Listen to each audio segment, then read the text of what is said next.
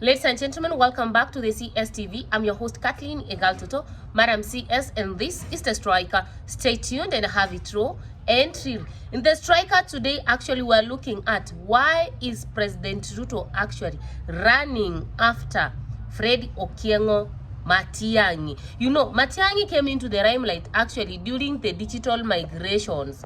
I meant to understand that many of you got to know about Matiang'i when we were moving from the analog TVs to the digital TVs. Then, during the Jubilee regime, Matiang'i came in as the Minister of Education, transformed the whole ministry, and then the Minister of Interior, etc. Now, Matiang'i went home together with the likes of Uhuru Muigai Kenyatta when the regime of Uhuru Muigai Kenyatta actually ended. But it's important to note that twice when Matiang'i has expressed the interest actually into politics, he's been met by, this DC high, askali wanamtafuta, etc. So today we want actually to look at recently Matiang'i declared his interest for 2027 potential candidature for the presidency in this particular country, and this thing actually sent shockwaves within UDA. And one could wonder, what is this that actually President Ruto is so much afraid about the presidential candidature of Fred Okengo Matiang'i? But before we dive into that, if you are new to this particular channel, welcome home, karibu nyumbani. Remember to subscribe, like, share, and comment on our videos. More importantly, turn on the notification bell so that the next time we are uploading a video, YouTube will automatically notify you. If you are a returning subscriber, thank you for tuning in. When you are maana sana, kindly remember to like, share, and comment on our videos. Now, back to the story itself. Now, recently, Fred Okengo Matiang'i actually expressed his interest for the 2027 presidential candidature in this particular country. And people received, the common citizen, in Twitter, it was trending. People received this news with some form of happiness, and everyone was like, Matiang'i baba yao, Matiang'i kiboko ya Ruto, Matiang'i, etc. And even if people were actually saying Matiang'i may be working closely with Uhuru. And this is not actually far-fetched. It's not guesswork. Remember, during the formation of Azimio, there's a time during a political campaign in Nyamira County, Baba, that is Raila, stood up and said, actually, it is Fred Okengo Matiang'i who was supposed to be the presidential flag bearer of Azimio, and it's only that they sat down, made some deliberations, and decided, okay, let's give it to Baba because Baba is getting old, is aging, politics is also, giving him some pack, and therefore let's pack up Baba, and next time we will pack up Matiang'i. Now, unfortunately, Azimio did not win, and that's how we saw the likes of Matiang'i actually leaving the government. And now, I think like 1 week ago, Matiang'i said, I'm running for the candidate, for the presidency in this country. It did not actually say it directly, but whatever information he provided on his X account actually alluded to somebody who wants to run for the presidency in this country. And he was trying to compare his candidature with the candidature of the current president of Botswana. Remember, the outgoing Botswana president has been only a one-term president, and the person who has actually succeeded him is a person who just competed and won. Winning against a regime that has been in power, it's not an easy thing. And Matiang'i was saying that he's in close talks with the agencies that helped in popularizing the candidature of the current president of Botswana, so that he can be able to harness it for his 2027 presidential candidature. I said this in this particular channel, that this is something that is not likely to sit well with President Ruto, and that actually he must definitely act, if not react.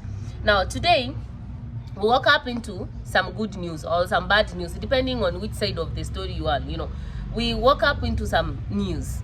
Now, immediately after declaring his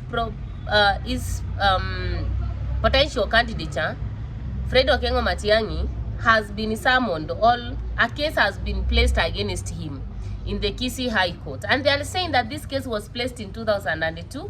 Now it has been transferred from the High Court of Nairobi to the High Court of Kisii, and they are saying that Fred Okengo Matiang'i, during his tenure as the Minister of Interior, actually did not explain where around, I think, 6.5 million Kenya shillings that was supposed to go to the IDPs in Nyamira and Kisii County went. Apparently, they say it is a pastor to this group of IDPs who has placed this case in court. Are you seeing what I'm saying? You know, the first time Fred Matiang'i actually decided or tried to come out to the political limelight, what he received were visitors in terms of DCI, you know, going to his place. His house was being ransacked. Like, there are some things there that they are not okay. And then we saw the case that was placed in court, you know. That is the time even we started hearing things like, you know, the Rangata Primary School, etc. Now, Fred Matiang'i has declared his candidature. Again, we see the case. One could wonder, why are these cases actually coming up when Fred Matiang'i has announced something to do with politics? It's not just a coincidence. I've always told you, in politics, nothing just happened as a coincidence. And from where I stand, Ruto is up to something. And I would explain here why actually I feel President Ruto can never be comfortable with Fred Matiang'i actually running for presidency, all being an active political actor in Kenya. Number one, remember, Fred Matiang'i was the Minister of Interior during the time of President Ruto's deputy presidency. And on the last tenure, that is the last tenure of Ruto and Uhuru, Fred Matiang'i was the one who was used to expose President Ruto. He was in the Ministry of Interior, you know, and he was there actually, you know, being the one that is under the docket of security.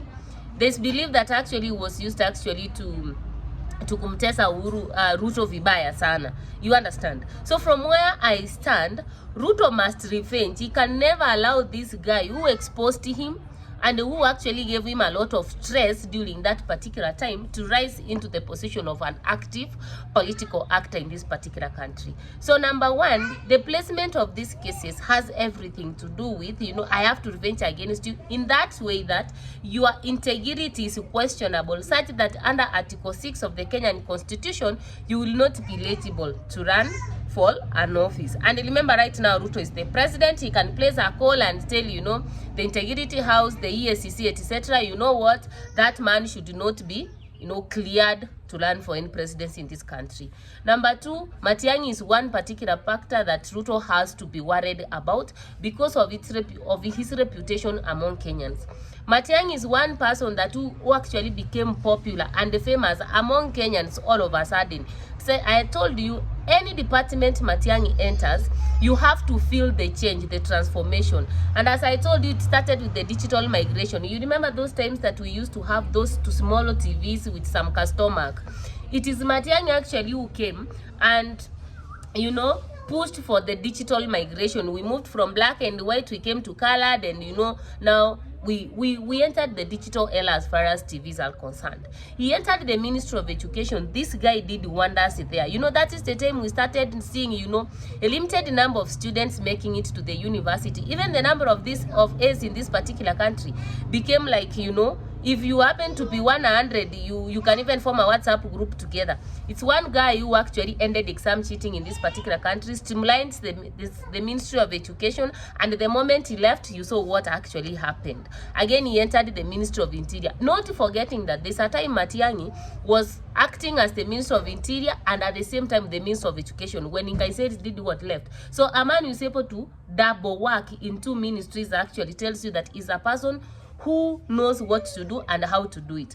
Now, because of all these things, Matiang'i gains a lot of fame and a lot of popularity among Kenyans. And Ruto knows that if Matiang'i stands for president, even the people who have never seen Matiang'i will just vote for him because they have heard him in terms of his work in the Ministry of Education, etc. So Ruto fears Matiang'i because he knows Matiang'i can easily depopularize or make UDA unpopular among people fairly fast. The moment Matiang'i stands for presidency, and God, you know, works its way that he gets the endorsement of Uhuru Muigai Kenyatta, the likes of Gachagua, and then joins forces with Kalonzo Musyoka, Eugene Wamalwa, and Nyatembeya, you know, it is done for Ruto. Whether he has the support of Baba and the Ruo Legion, it will be done for Ruto, because that means he could have lost the mountain, he could have lost the eastern side, the western side, and also he could have lost the Kisii side, as well as, you know, he could have also lost some votes from Nyanza region, because we know that those people already in Nyanza who are feeling like Papa has betrayed them. And one could wonder, now that each time Matiang'i wakes up today and is like, I want to run for this position, you know, the government comes in, it threatens him, he fights back, threatens him, he goes back. What is he supposed to do? Is he going to play this in mchezo wa baka and panya? From where I stand, I think it's high time that Matiang'i did something, you understand? And I'm meant to understand that it's high time that Matiang'i stood and faced Ruto one-on-one. You know, it's kind of Matiang'i is behaving like he's fearing Ruto, you know, he's fearing the government. I'm meant to understand every politician in this particular point had their starting point. And if for Matiang'i this is going to be a starting point, he has to, you know, hold this pool by its own. And what I'm trying to say here is, it's item that Matiang'i stood up. You know, they will come, intimidate him, he will continue. In fact, they will make him more popular. And in any case, Matiang'i should know one thing. In Kenya, there's something we call the sympathy votes. Him having actually performed well in the past, and the moment the government of Kenya Kwanza demonstrates that they are intimidating him, Matiang'i will receive a lot of sympathy among Kenyans, and with that, he can easily beat Ruto in 2027, you know. But if he keeps on running away, or he keeps on, you know, retreating back, the moment he comes on service and then the government does APCD, he'll trip swag, Matiang'i is not going to make it. So from where I stand, Matiang'i said he chooses a political party to join, all forms his own political party, starts to ask himself, if I'm running for president, who do I want to choose as my running mate? It's time that he calculated these political moves very well, and it's time that Kenyans started seeing him in the limelight actually. Why is he hiding? Where is he actually? Who knows where is Matiang'i? You know, I even don't understand where is this man who was very, very famous, a man who actually performed in Kenya. Why did he go all of a sudden, you know? So from where I stand, actually, Matiang'i should be able to calculate well his political moves, declare his position as early as possible. If he wants to run for presidency, let him declare and let him rally Kenyans towards the same. Right now, UDA is losing popularity among Kenyans, and I'm meant to understand he can easily grab this particular opportunity and beat Ruto very early in the morning in 2027. Those are my opinions. I don't know what are your opinions. Comment down in the comment section below, and kindly, if you have not subscribed, subscribe, like, share, and comment on this video. See you next time as I tell you why President Ruto is eyeing for partnership with Uhuru Muigai Kenyatta as far as the 2027 political fiasco and political arena is concerned. Thank you so much, and bye bye.